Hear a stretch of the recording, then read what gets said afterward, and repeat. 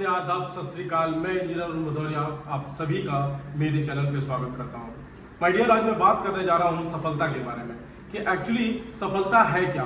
My dear, मैं आपको बता दूं कि सफलता के लिए किसी टैलेंट की आवश्यकता नहीं है। सफलता के लिए सिर्फ 3 चीजों की जरूरत है।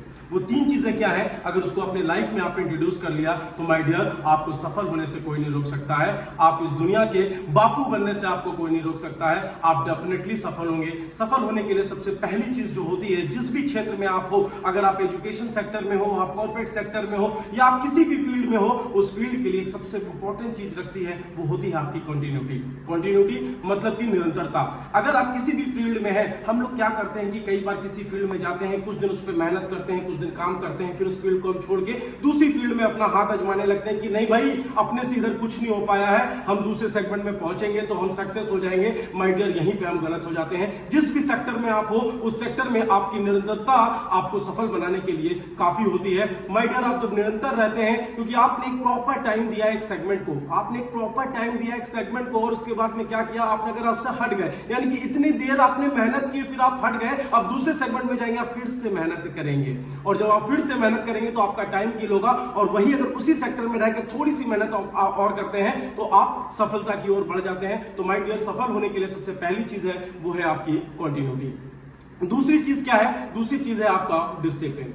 डिसिप्लिन मतलब कि अनुशासन। जिस भी सेगमेंट में आप हैं उसमें आपका डिसिप्लिन रहना, आपका अनुशासित रहना उतना ही इंपॉर्टेंस रखता है जितना कि एक घर में जो एक संस्कारी बच्चा होता है, अपने घर में जैसे पेरेंट्स के बीच में अनुशासन के द्वारा रहता है, और वो बच्चा आगे चल के भविष्य में बहुत बड़ा कुछ काम करता है, क्योंकि वो संस्कार अनुशासन से मिलते हैं। और जहां पे संस्कार होते हैं वहां पे अनुशासन होता है। तो वही संस्कार के साथ में हमको अपने सेगमेंट में, जिस सेगमेंट में हम काम कर रहे हैं माय डियर, उस सेगमेंट में भी हमको वो डिसिप्लिन रखना है। और जो तीसरी चीज है माय डियर, वो है पंक्चुअलिटी।